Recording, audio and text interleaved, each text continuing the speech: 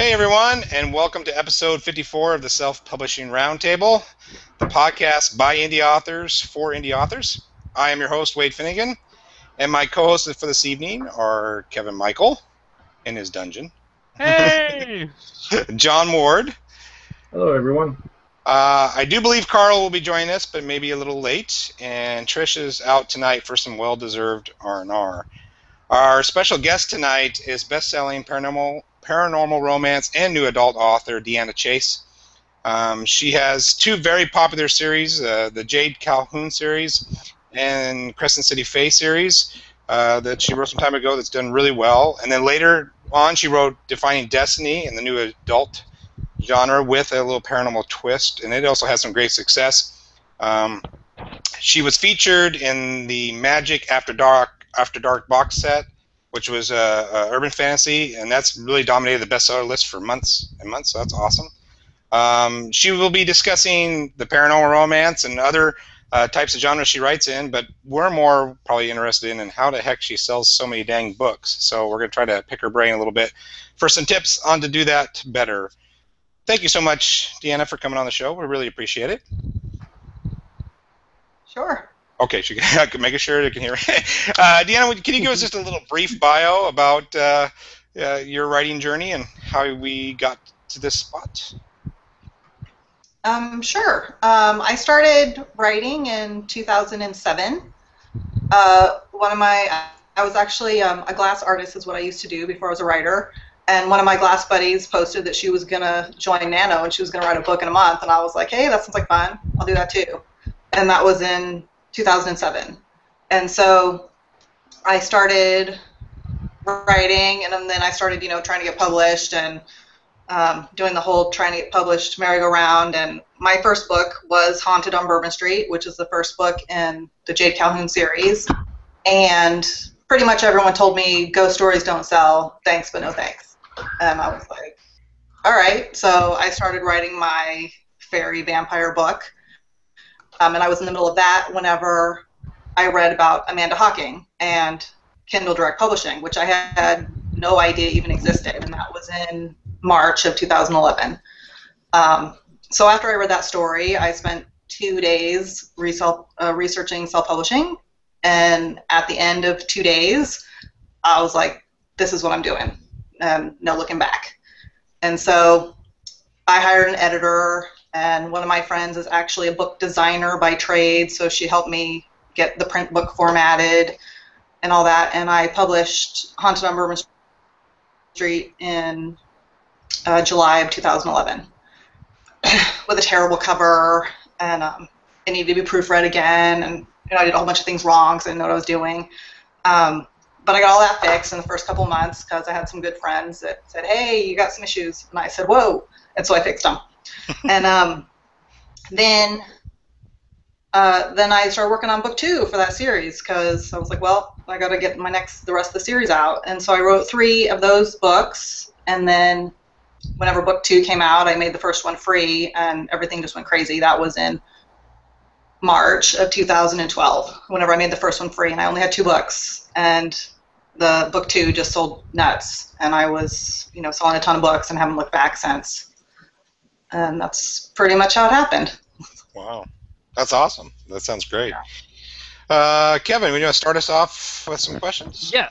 The first question I have, first is congratulations on all your success. I've been following you since K-Boards, and noticed you were doing very, very, very well. The question I have is, you write in a very, very popular genre that's been popular for many years. There's a lot of people that are starting out in paranormal romance. What advice would you give them with such a saturated market? Paranormal, well, the funny thing about paranormal romance is if you talk to industry people, they will tell you that paranormal is dead, that you can't sell it, that it's not the hot genre. And particularly what I write, my Bourbon Street series, the Jade Calhoun series, is more of a chick lit paranormal romance series. And when I talked about I was trying to get it published, that genre was pretty much going away. The same thing happened with regular chick lit contemporaries. There was a ton of them, and then they just stopped publishing them. And so there's actually not a whole lot of us that write in that little niche genre. There's a lot of people that write steamier paranormal romance and erotic paranormal romance. So there's a ton of those, but what I write, there's not actually a ton of what I'm writing. And so there's, not whenever we put together a box set, 6 Times the Charm, Mindy Klasky actually contacted me, and we did that last year in October. And there wasn't actually that. We started hunting around for people to put in it, and there actually wasn't that many people to ask, I found out. And so for me, I think that particular series does well because there's not a lot of books out there right now in that particular niche genre. Well, that's great. Sorry, one thing I was gonna ask is, I noticed that there's like 5 or 6 different subcategories within paranormal romance, and you happen to have, like Yes. ghosts and sometimes vampires and sometimes witches. Would you recommend, if you're starting out in paranormal romance, to kind of hit up, all, kind of like all 5 of those within the same book, or just to focus, on one thing like witches or vampires or? That's pretty funny because I wrote those books before KDP had those categories there. I mean, for a long time they just had paranormal. It was like witches, ghosts, and something else. So when all those came out, I was super excited because my books actually happened to fall into all of them except for werewolves and vampires. But I guess I would say mostly just choose what it is that you're going to write. I wouldn't write to those categories. Of course, it's helpful the more exposure you have, but I wouldn't just throw in everything just because. I mean, mine just happened to be about, had ghosts in it and happened to be a witch and demons and angels. There's like sort of like a good and evil war going on. So it just happened to fall in there. My other series, Crescent City Fae, doesn't really fall into that many categories. It falls into 3 of them, I think, as opposed to the Jade Calhoun series. Hits like 5. It's a lot of them. Okay, so I think there is just a little bit slight delay with Deanna, so just guys kind of be aware of that. Just maybe extra little pause. John, you had a question you wanted to ask. Yeah, Deanna, I want to ask, with the Calhoun series, you have very animated, cartoony-looking covers, and then with your the Coven series, which is a spin-off from Calhoun, if I understand correctly, you went with photographic covers. Can you explain why you did that, and if you're getting better results from one or the other? Sure. The Coven Point series it's actually a novella, and that came about because some friends of mine were putting together a box set called Alphas After Dark. And we all wanted to have novellas that tied into our most popular series. And like I said, the Jade Calhoun series is a little bit lighter. It has a little bit of humor to it. And a book like that wasn't necessarily going to fit into this box set that we were doing. And so I was trying to figure out a way to make it fit more with the books that were going to be in it, and which were, some of the authors write really hot books, really steamy books, and my books are a little bit, but not that hot. And so whenever I wrote this spin-off one with new characters, it happened to be a sex witch and an incubus, and it's a lot steamier than my Bourbon Street books are. And so I wanted to make that perfectly clear to my readers that with this book, they were going to get something a lot more than what they were normally getting in my Bourbon Street books because, I didn't want them to pick it up and be totally surprised. And so, I have naked people on that cover, and nobody is surprised when they open that book and read it. And so that's why I did it. If it hadn't been for this Alphas After Dark, my spin-off series would look much more cohesive to my Bourbon Street series, which I'm actually going to start another series that's a spin-off that will have the cute animated covers next year. Okay. Carl, did you have a question?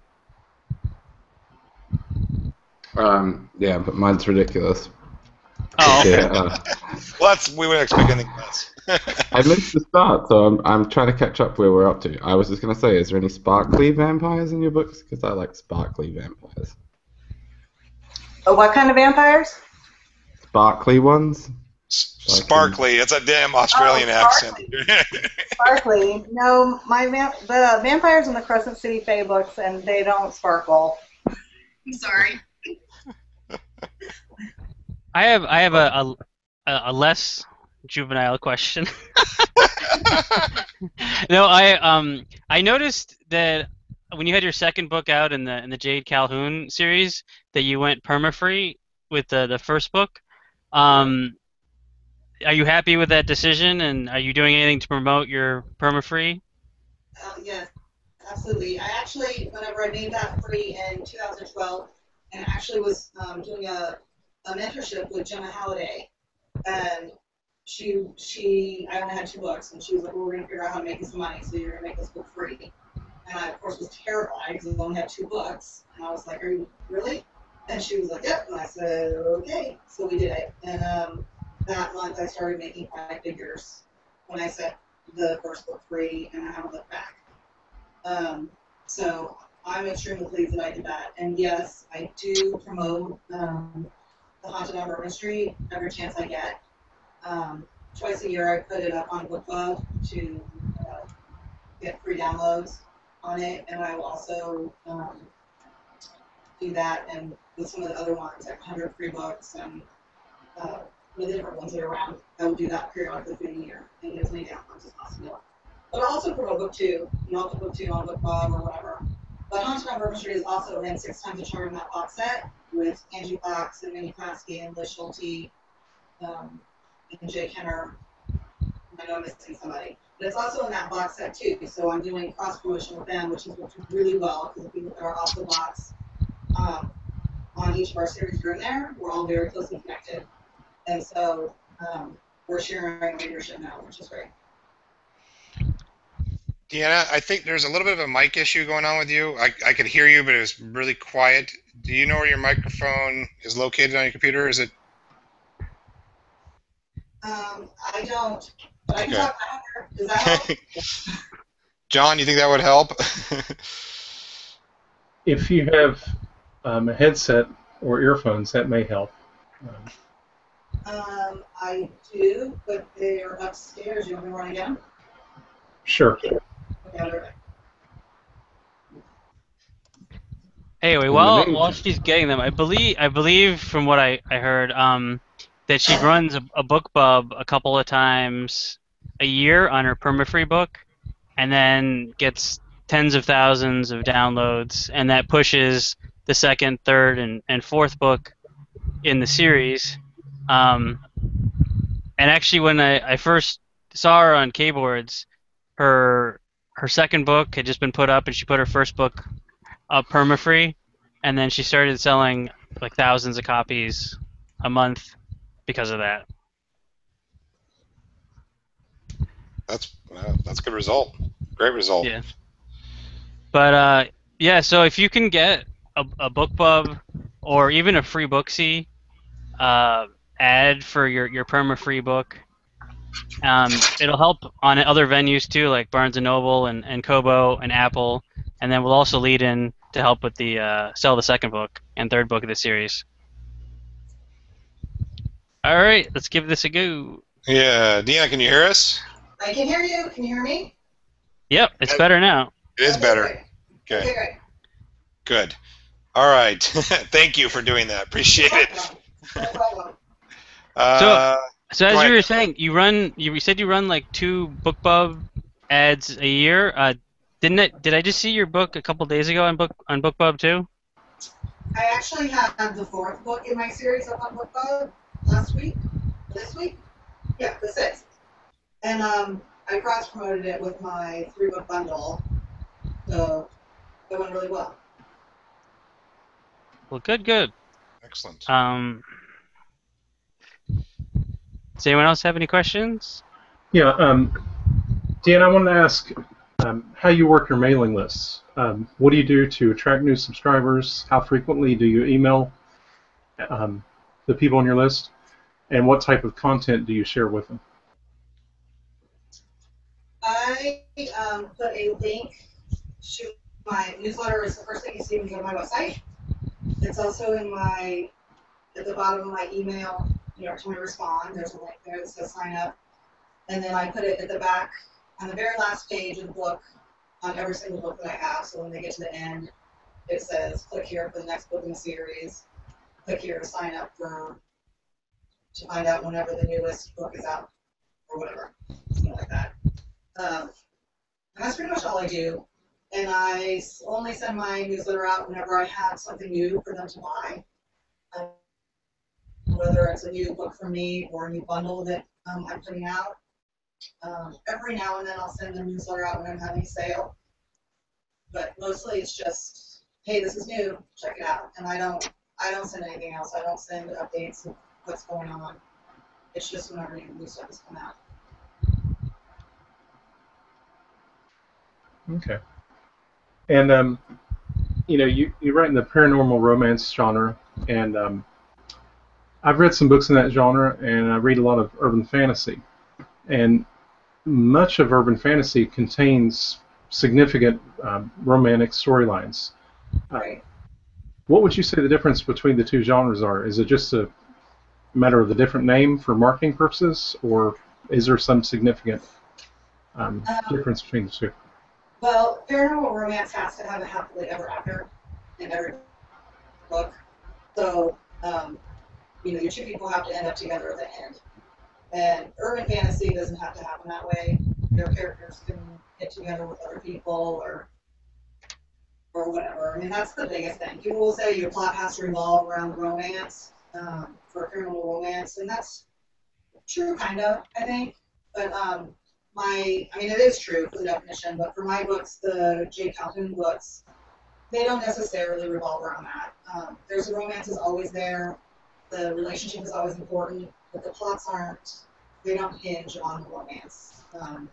But I don't think anybody who reads them really sits down and says, nobody says, oh, this was a paranormal romance. It's just paranormal romance and urban fantasy is very closely connected, and it's not quite the same as a regular contemporary romance. I mean, a regular contemporary romance is all about the romance and all about them getting together in the end. Paranormal romance is, it's about whatever conflict is going on, whatever mystery, whatever problem that they have to solve. So they can be closely connected, but there's a difference. My urban fantasy is very much more plot driven, whereas my paranormal romance is more character driven.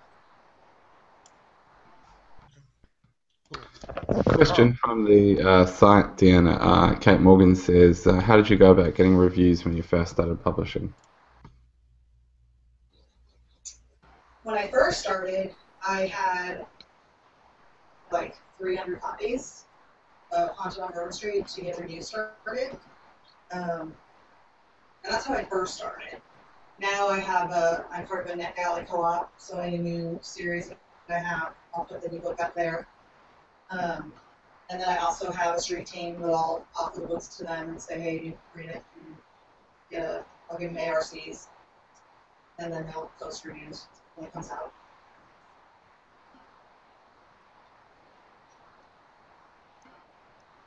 And I was talking to one of our listeners last week who had just started her own street team. Do you have any tips for someone who's just starting out with creating a street team, how they should run it or anything like that? My street team is very casual, I would say. I did have someone start it for me because I wasn't sure what to do. Basically, all I did was I sent out a newsletter to my readers and said, hey, you want to be on the street team? You'll be asked to promote books. You'll get ARCs.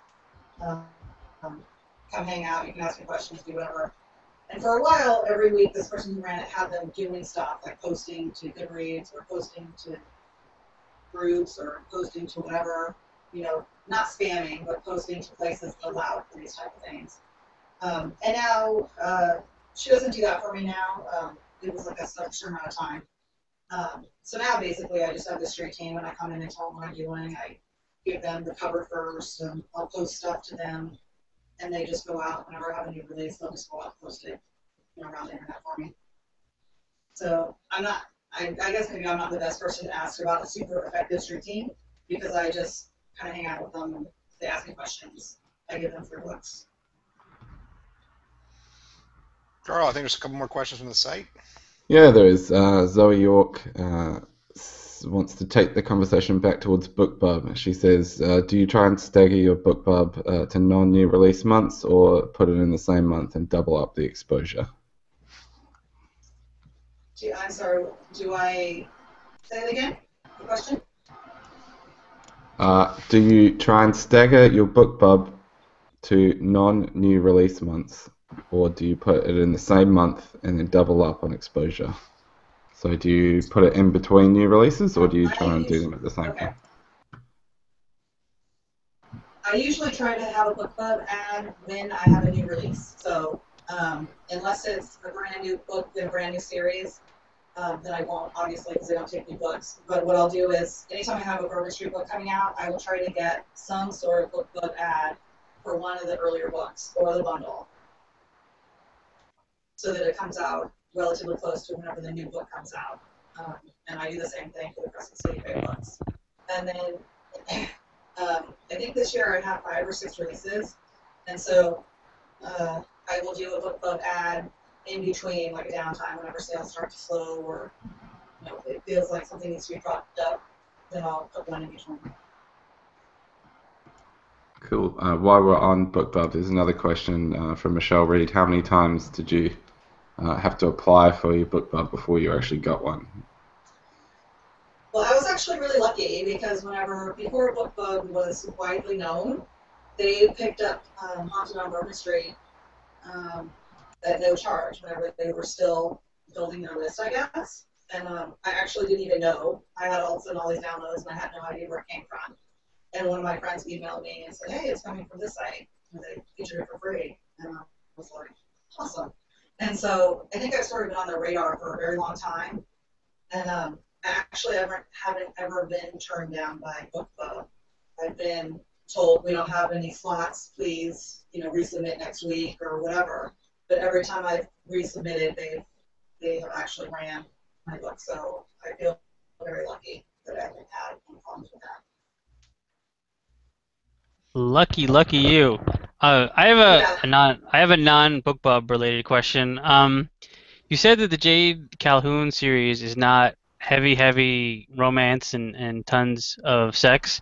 Would you say that if you're starting out in paranormal romance, it's better to do more heavy sex, or have it be more whimsical with less sex, or do you think there's enough room for kind of both in that genre?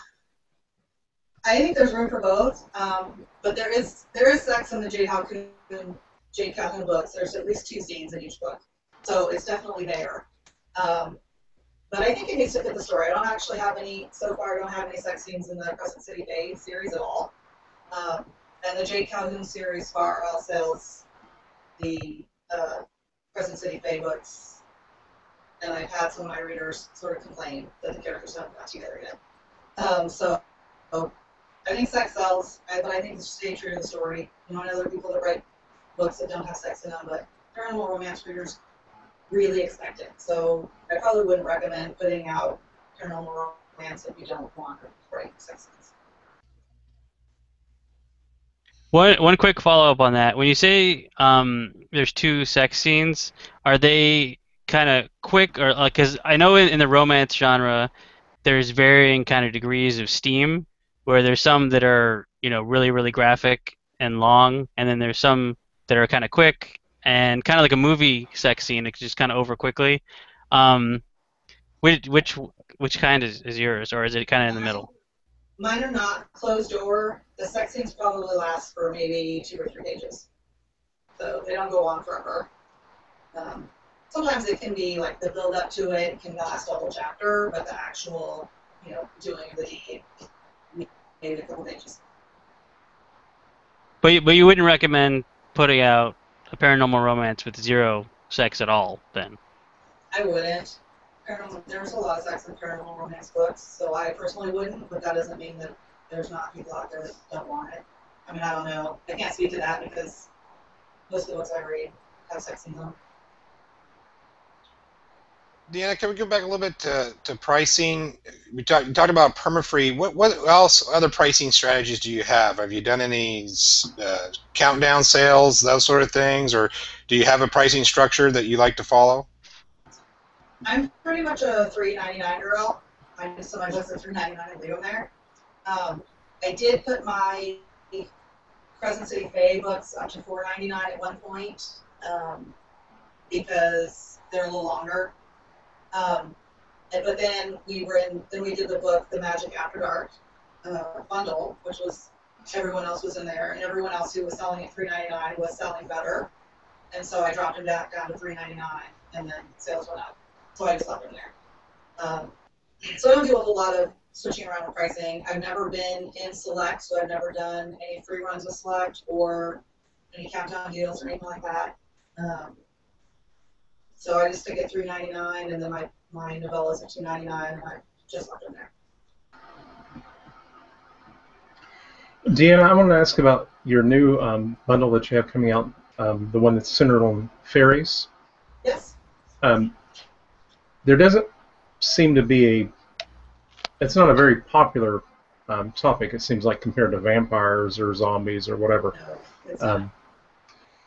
So I wanted to ask you, what are your thoughts about appealing to a niche market compared to trying to write something that a lot larger potential audience would enjoy? What are my thoughts on it? To be honest, if I had to do it over again, I would have made my fairy a witch. Because she pretty much has the same, she could have been the same person, just been a witch without being a fairy. And because for whatever reason, people are just not as interested in fairies as they are witches. Witches are much more popular. So, I mean, you can write what you want to.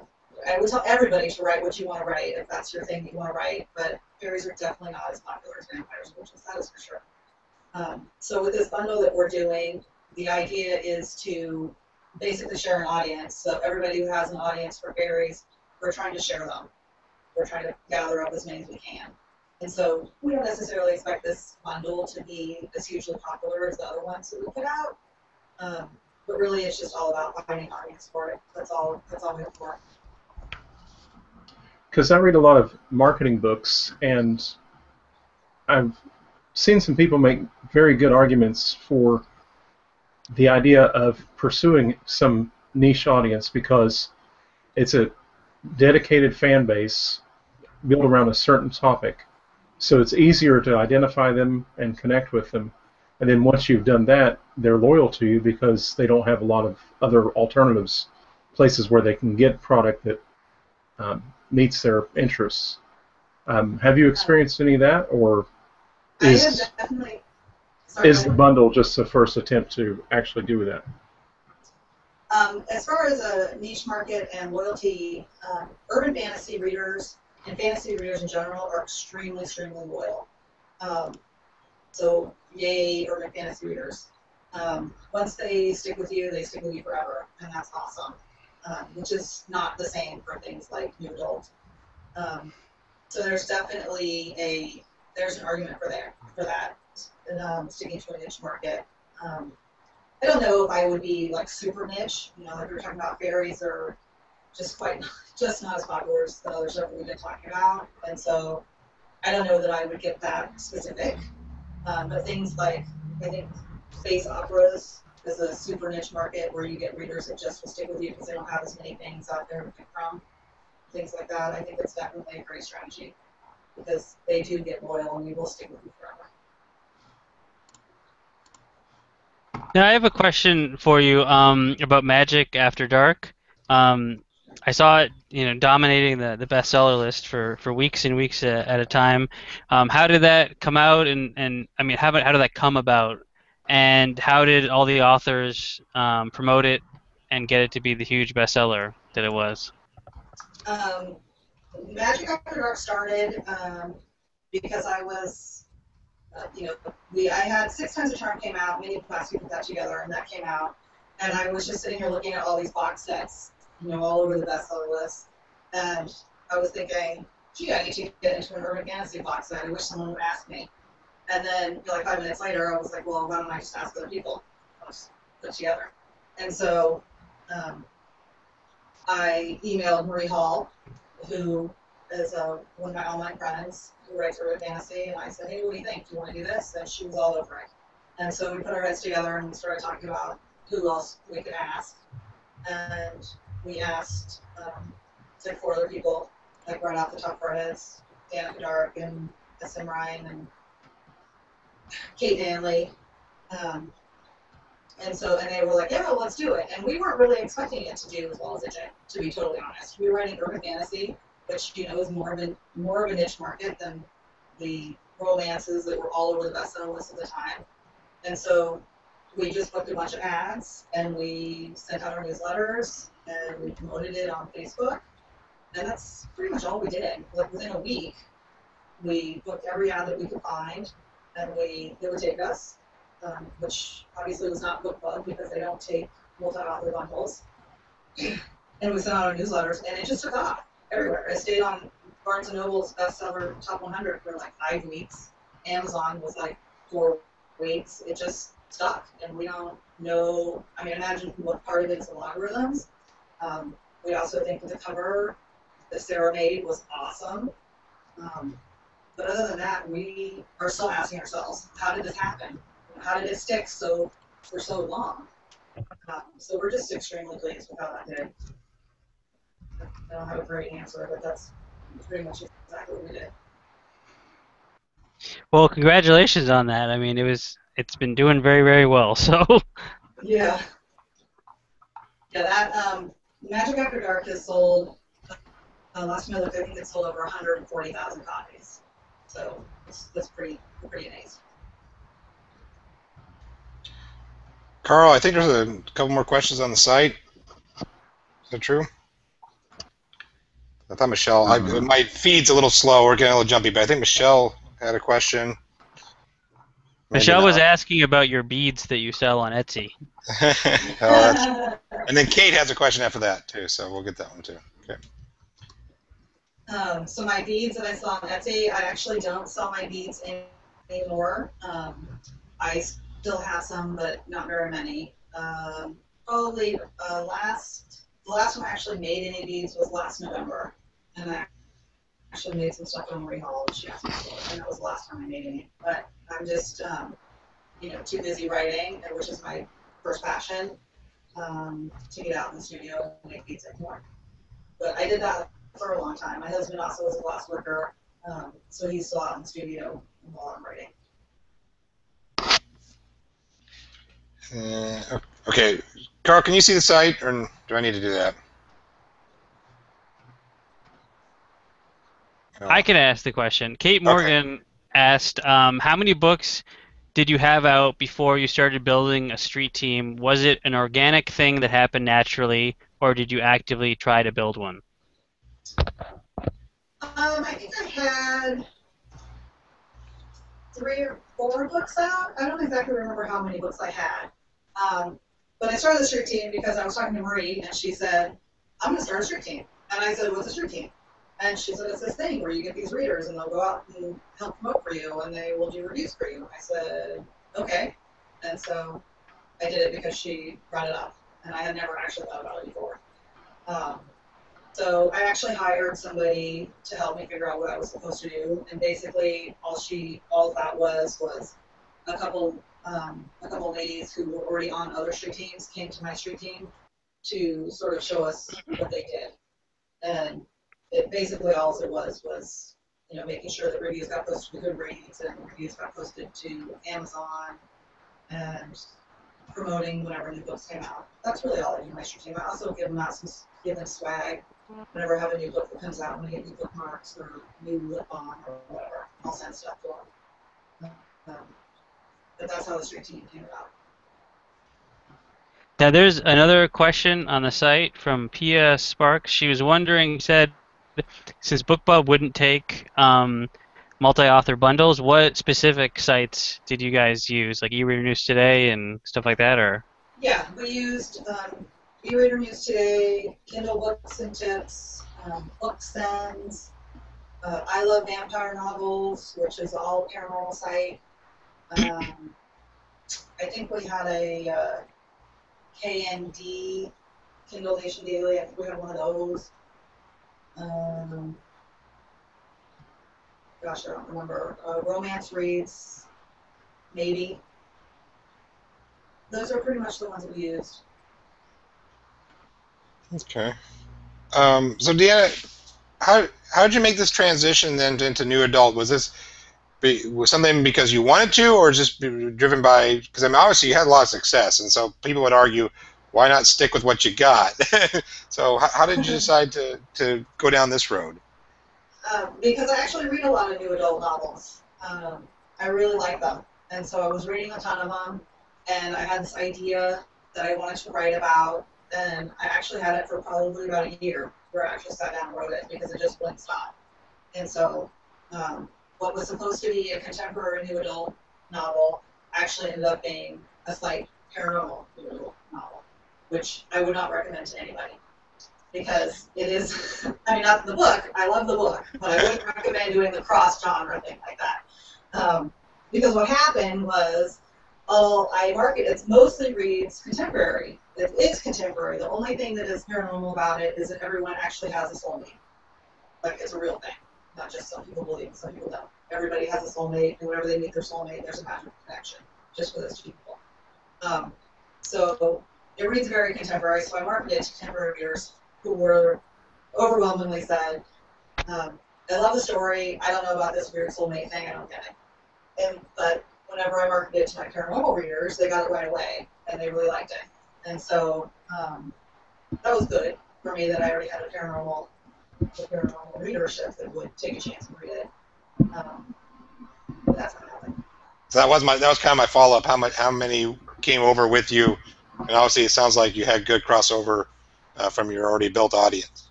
I had decent crossover. What I actually did was I launched that book at 99 cents because it was a brand new genre, a brand new thing for me.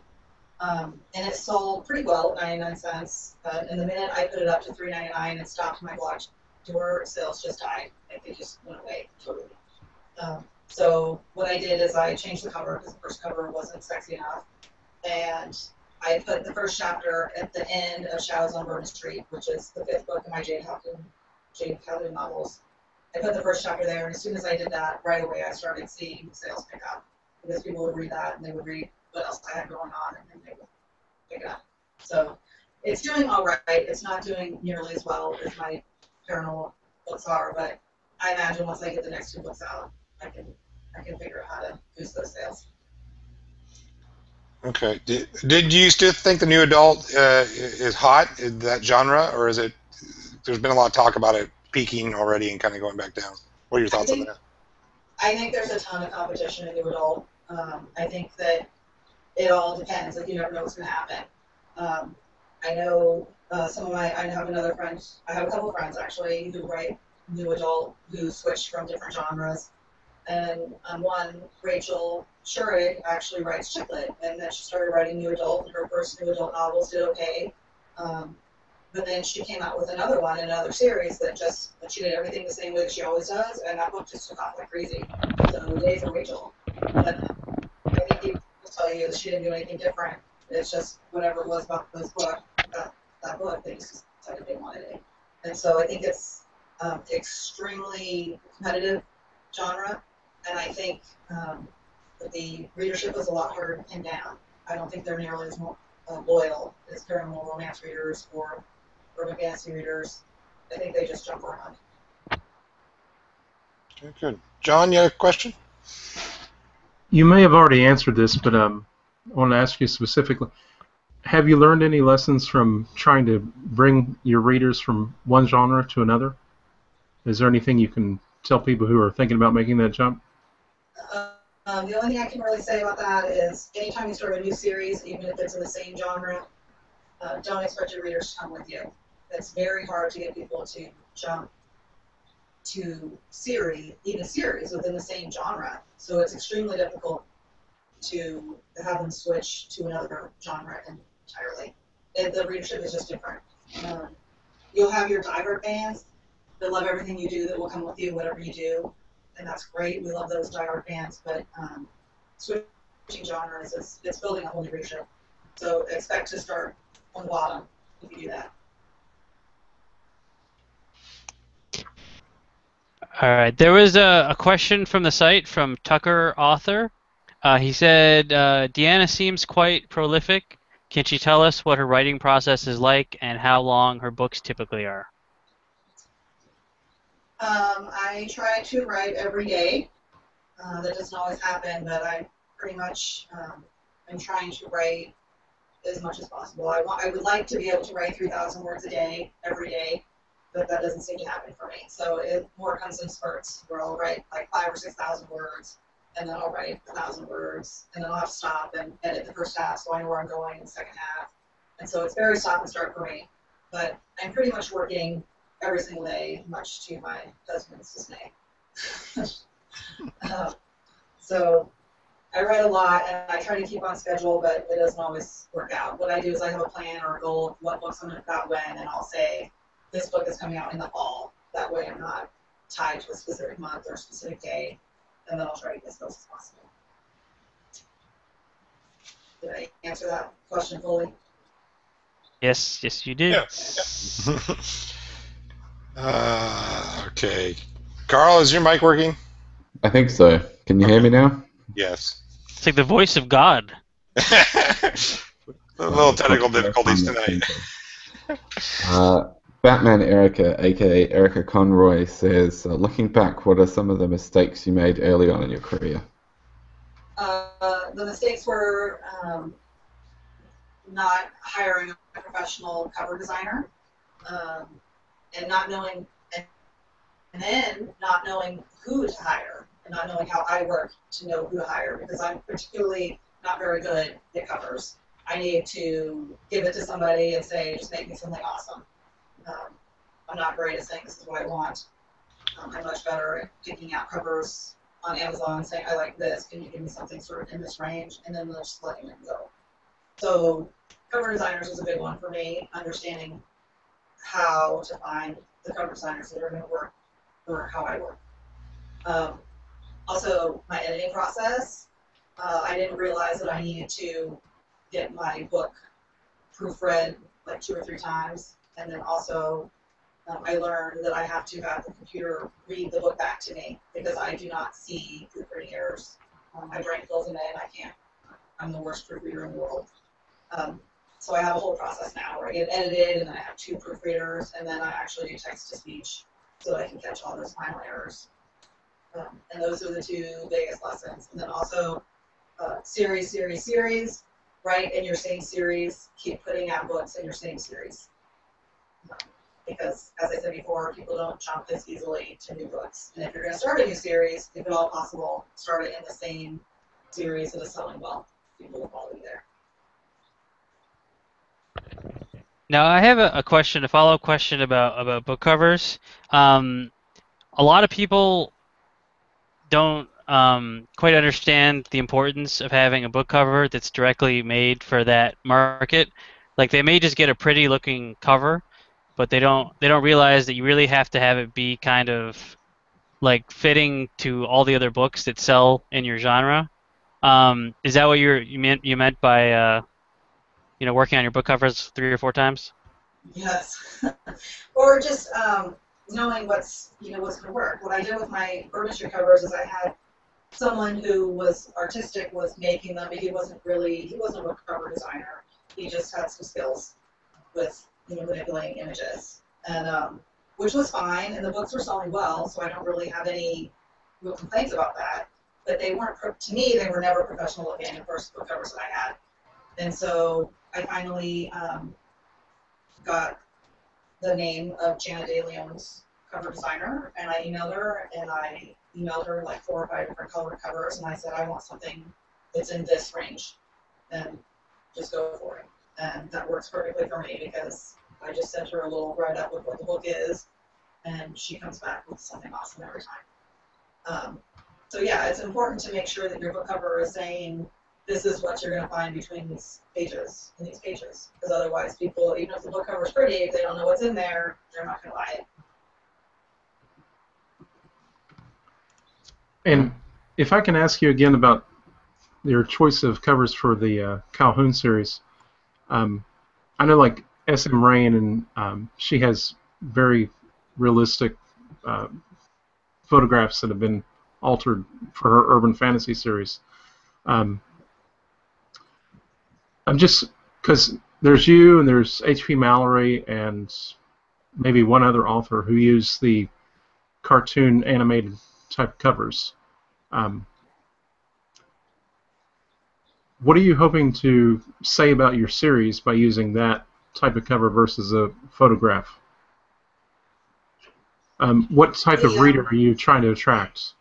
I want the reader who's looking for something that's a little bit lighter and a little bit humorous.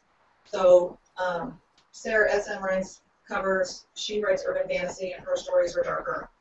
And so whenever people pick up her books, they know that they're going to get a kick-ass heroine who's sword wielding, who will, cut down anybody in their, in front of them if they need to. My series is lighter, has a little more humor. So H.P. Mallory, Mindy Klasky, Angie Fox, Liz Schulte, Rose Cruzzy, all our books are a little bit lighter in genre. So that's what we're trying to convey. That whenever they pick it up, they'll know what they're getting. Okay. There's Carl, a I guess couple a question. questions on Yep. the site. Carl, you want to take the ones from the site? Yeah, maybe Mimi Strong said, do you have any magical time management tips or epic word count for the day tips that you can share? Stay off the internet. Stay off Facebook. I think the most words I've ever written a day is probably around 7,000 or 8,000 words. And the best way for me to do that is to do it in sprints, like every half hour. So I'll do a half hour sprint, write as many words as I can, and then take a half hour off, and then do it again. That's pretty much the only thing that works for me for massive word counts.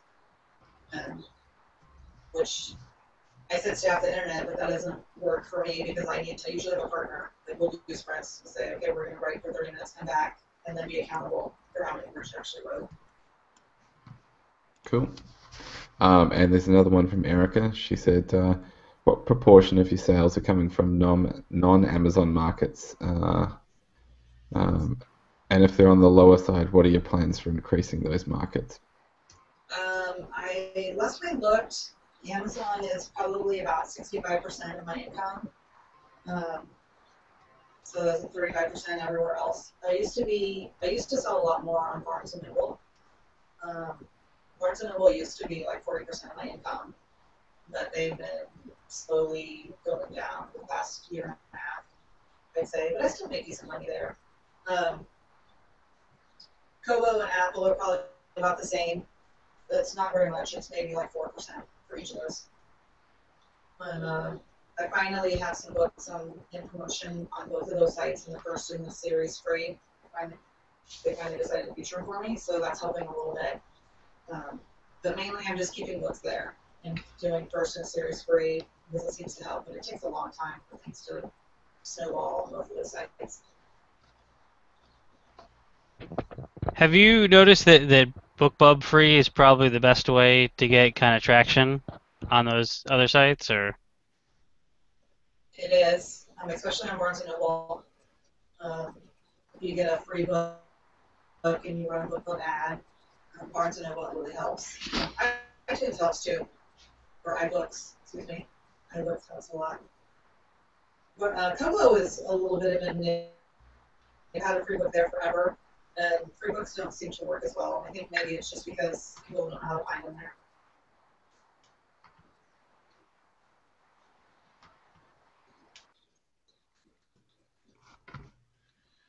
Carl? Yeah, there's a couple more questions. People are starting to ask them now. Erica has another one. Do you feel that your genre has become oversaturated, or is it still a healthy niche for authors to come into? I don't think so. I think paranormal romance and urban fantasy, I think there's a lot of room for authors in both of those.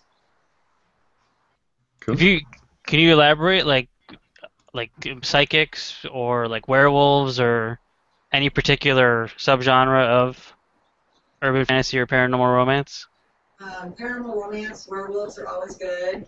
Witches are always good. I'm not sure how hot vampires are. I imagine there's still a market for them, but werewolves seem to be the big thing right now. And witches, there's always going to be people who want witches. Do you think it's time for a zombie romance novel to rise? I would love to see a zombie romance novel rise. Please no. I unfortunately have read some disturbing zombie romance stuff, and I hope it never happens. John, you had to go there, didn't you? Well, Warm Bodies was a paranormal romance. There you go. Yeah, true. Michelle Reed says, do you or have you used Select for any new series releases, or do you plan to use them again? Is my added part to that question. Using KDP Select. Do you use KDP Select at all for new releases, or would you go back to using them if you don't use them anymore? I have never used KDP Select. Whenever it first came out, I already had my books. I had already started to build an audience on Barnes & Noble. And so while everyone else was using Select and making a whole bunch of money, I was still a holdout. But then I made the first book free and I started making a bunch of money anyway, so I never decided to do that. And so at this point, it would have to take something really amazing to get me to use Select to be exclusive, because I have so many people, so many readers that are on different channels that it would be very hard for me to say, no, you have to go and get it on Amazon. So, no, I have never used it. I don't see myself using it unless unless they come out with something that's amazing. Cool. Kind of speaking about your audience being all over the place, there's a question from Erica about do you know what the demographic of your target audience is? Like, how much communication have you had directly with your readers, and do you kind of have an idea of who they are? Most of my readers are, I would guess, just by the people who have liked my Facebook page. They're between 35 and 50, women between the ages of 35 and 50. And one more question. We've talked a fair bit about Bookbub, and obviously that's everyone's favorite advertising site. But there's a couple of questions about what's your second favorite advertising site. So who's next after Bookbub, if you use anyone? It used to be e-reader news, and I still love them because no matter how you do the prices, you always make money whenever you use e-reader news. Pixel Ink is one of my favorites. Of course, you can't count on that because you can just submit and pray.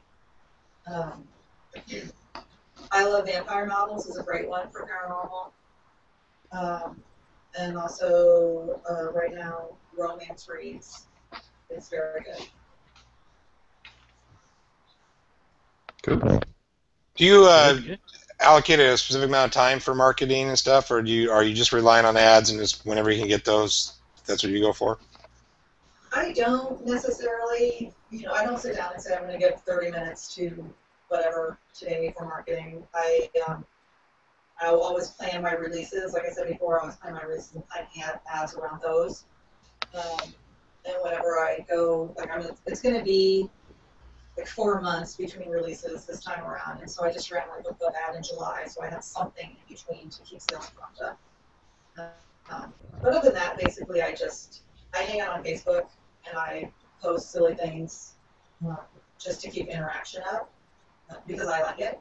But I don't do it with the idea of, okay, I'm going to post so I can get my readers to post back to me. I just post because I want to. So no, I don't do a ton of marketing. I do ads and I do releases. And I chat with people, and that's pretty much all I do. Okay. What type of content do you post on Facebook? I post pictures of my dogs, and I post things about New Orleans because that's where I live. If I'm on vacation, I'll post pictures of, or wherever I'm at, if I'm traveling, I'll post pictures, or I'll just post random thoughts or whatever. Nothing. So it's mostly allowing your fans to get to know you as a person? Yes. Yeah. Cool. So I have one more question. If you were to give any advice to an author that's either struggling to get sales or is just starting out, would it be to do permafree and then do a series, or any? What do Yes. you? Yes. That's my advice. To write a series and perma-free the first book. And get as many reviews as possible and keep applying to Bookbub until they say yes. Okay. Do we have anything else from the site, Carl? No, it doesn't look like it at the moment. Okay. Well, we're up on the hour, I think. Pretty close to, anyway. And despite some of the technical difficulties, it was really good stuff. Deanna, you're very insightful and very helpful, so that was awesome. And lots of questions, lots of interaction on the website. So, does anybody on the panel have any final questions they want to ask? I'm going to ask her questions later, but it's got nothing to do with the show. Oh, It's about sparkly vampires again or something? I have a question there for for your fans. What do you have coming up next in your books? I have, I'm finishing up the third book of my Crescent City Fae series, Intoxicating Magic, and that should be out in August. And then after that, I'm doing the second new adult book, which is called Accepting Fate. And then I'll be back to my Jade Calhoun series, Incubus and Murder Street, will be in December. You're going to be busy. Yeah. Yeah. Okay. We need to mention that Zoe York has posted pictures of herself wearing the Self-Publishing Roundtable T-shirt. Yeah, from last week that she won. She flew all the way to Paris to take one in front of the Eiffel Tower. I appreciate it. And also for the winners, they got prizes last week. They should be arriving in the next week or so. Cafe Press is not always the quickest, but they are on the way. All right. Well, Deanna, thank you so much. Really, really appreciate you coming on and sharing all that information with us. It was really awesome. It was great. Yeah. It was great having you on. Do you want to plug a website or anything for people to go, or you want to Facebook friends still accepting all that? Whatever you want to plug. My website is deannachase.com, and you can find my Facebook link right there. I'm friendly on Facebook. I'll chat with you. I have a Twitter, but all my posts from Facebook directly feed to Twitter, and so I'm not actually on Twitter a lot. So if you actually want to chat with me, if you're a chatter and you really want to chat with me, come find me on Facebook. Okay. As always, we would love a thumbs up on this YouTube video, and also a nice review on iTunes. Over on iTunes. Yeah. Yes. Kevin, did you have one other thing you said? Yes. Also, we have a new blog post up. Best-selling fantasy author Daniel Aronson gave an interview on the blog. And then also check out next week we have BookSend's founder Jason Letts, who is also an author as well. Awesome. Okay. Awesome. And right. if you want to hear more interesting facts about me, you can go over to Facebook. I'm posting a list of interesting facts about me on a daily basis. Now, Carl, why would you say that? You're going to crash Facebook. I mean, you shouldn't put that out. That's not a good idea. And it's riveting stuff. I mean, I sit there in front of my Facebook account clicking refresh, hoping that he's updated the random fact about Carl. Yeah, well, like for example, random Carl fact 6 was Carl's too pretty for jail. Just things like that. And that's the voice of experience speaking there. All right. All right. I get that. Before we go on. If you want an after party, then reply over in the thing. Yeah, I put the thingamajig in the thingamajig there. All right. Also, I should point out our previous Spurt guest Mimi Strong came up with a really great blog called genrehobo.com, and it has a whole bunch of secrets about self-publishing. So you should go check it out. It's definitely awesome. Very cool. All right. Thank you again, Deanna. And we appreciate it all. And there you go, Carl. You can get that on a T-shirt, by the way. You can get that on a T-shirt. I will sign it for you if you send it to me. Oh, that's a nice offer. All right. It only costs Good night, everybody. 12 times more than a T-shirt. Good night.